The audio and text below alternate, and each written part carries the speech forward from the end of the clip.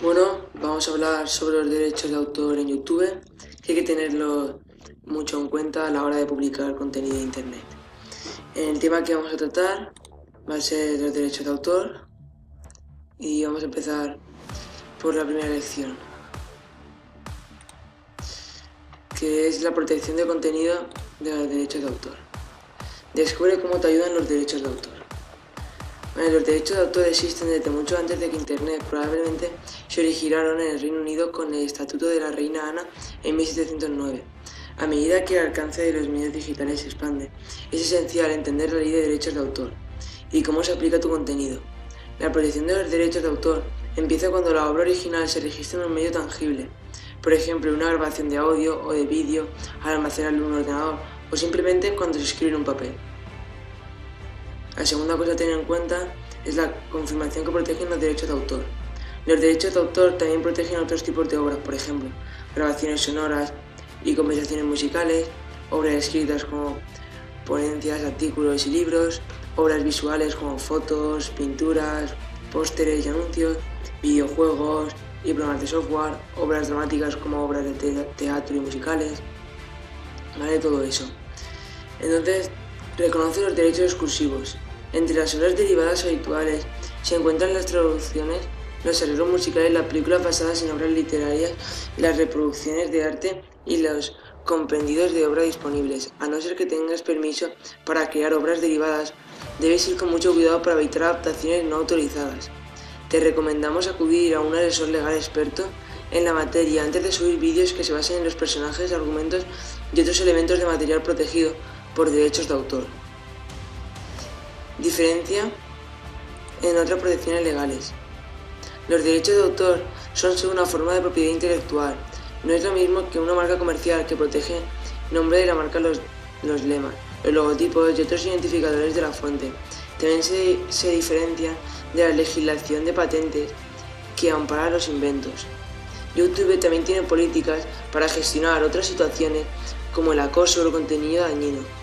A continuación encontrarás procedimientos que debes seguir si te encuentras con posibles infracciones de las políticas. Para obtener más información, visitar nuestro centro político y seguridad y consultar las normas de la comunidad.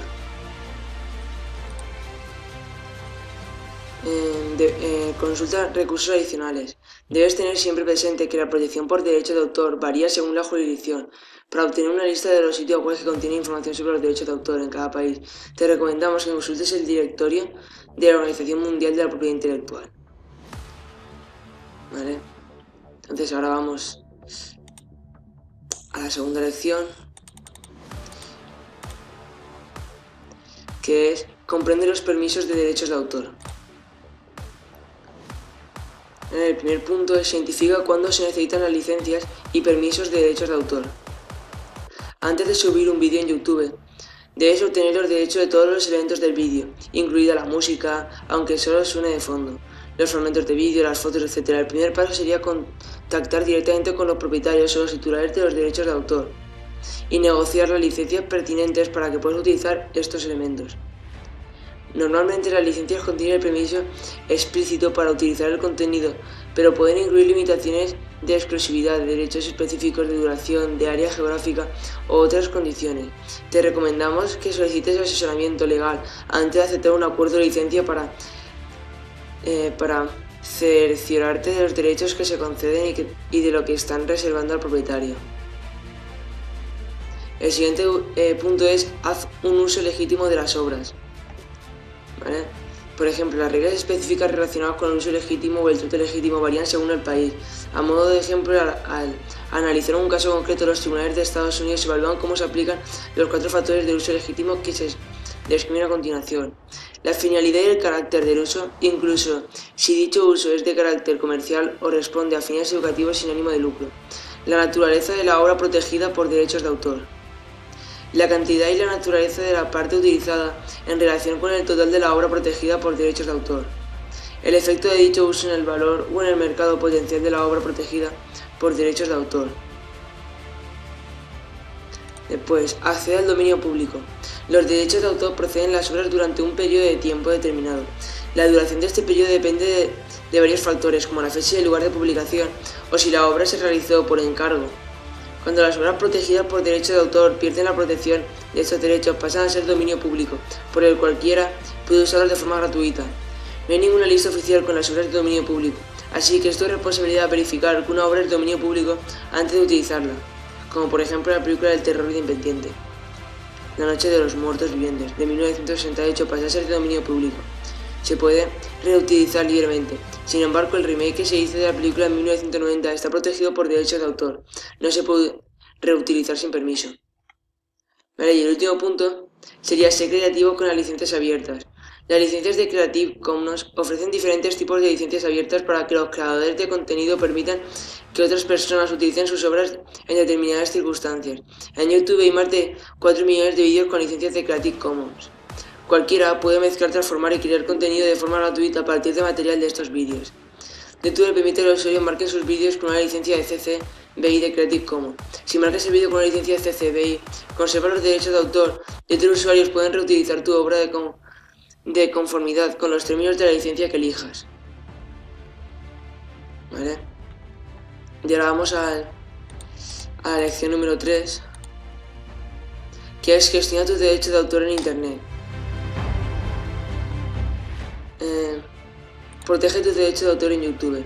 Fans de todo el mundo visitan YouTube para ver su contenido favorito, ya sea Psy bailando su icónica coreografía en el vídeo Gangnam Style o Live Noggin respondiendo a preguntas como en ¿por qué lloramos? Gracias a esas herramientas de YouTube, nuestros partners y creadores pueden compartir contenido digital con una audiencia enorme al tiempo que controlan su propiedad intelectual. YouTube ha colaborado activamente con los legisladores gubernamentales, representantes del sector y creadores para proteger las expresiones individuales y la propiedad intelectual. Después, distingue las reclamaciones de Content ID de las retiradas por incumplimiento de derechos de autor. Reclamaciones de Contenido ID. Contenido ID es una herramienta de derechos de autor líder en el sector con los titulares de los derechos de autor. Pueden descubrir nuevas formas de gestionar y monetarizar su contenido en YouTube. Esta herramienta comenzó su andadura en 2007 y desde entonces compara los vídeos subidos al sitio web con los archivos de referencia proporcionados por los titulares de los derechos de autor. Este sistema es como una huella digital que contiene ID, extraído un origen y después compara con otras posibles coincidencias. Retiradas por incumplimiento de derechos de autor. YouTube cumple con los avisos de incumplimiento de derechos de autor en virtud de la Ley Estadounidense de Protección de Derechos de Autor y conforme a las disposiciones de aviso y retirada de la legislación nacional vigente. Las retiradas basadas en la DMCA son solicitudes formales y legales que precisan de algunos elementos específicos para poder considerarse completas y aplicables. La forma más rápida de lograrlo mediante nuestro formulario web. También aceptamos notificaciones de infracciones de derechos de autor sin formulario que se hayan enviado por correo electrónico, fax o correo postal. ¿Vale? Después también tenemos evalúa impugnaciones y contra notificaciones. Si se ha reclamado un vídeo en YouTube a través del Content ID o se ha retirado el contenido por incumplimiento de derechos de autor, el usuario que lo ha subido debe evaluar quién tiene los derechos correspondientes o si es un caso auténtico de uso legítimo. Cuando se incluye material con derecho de autor sin el permiso explícito de su autor, el usuario que lo haya subido puede eliminar el vídeo o intentar que el titular de los derechos de autor le ceda la licencia del contenido.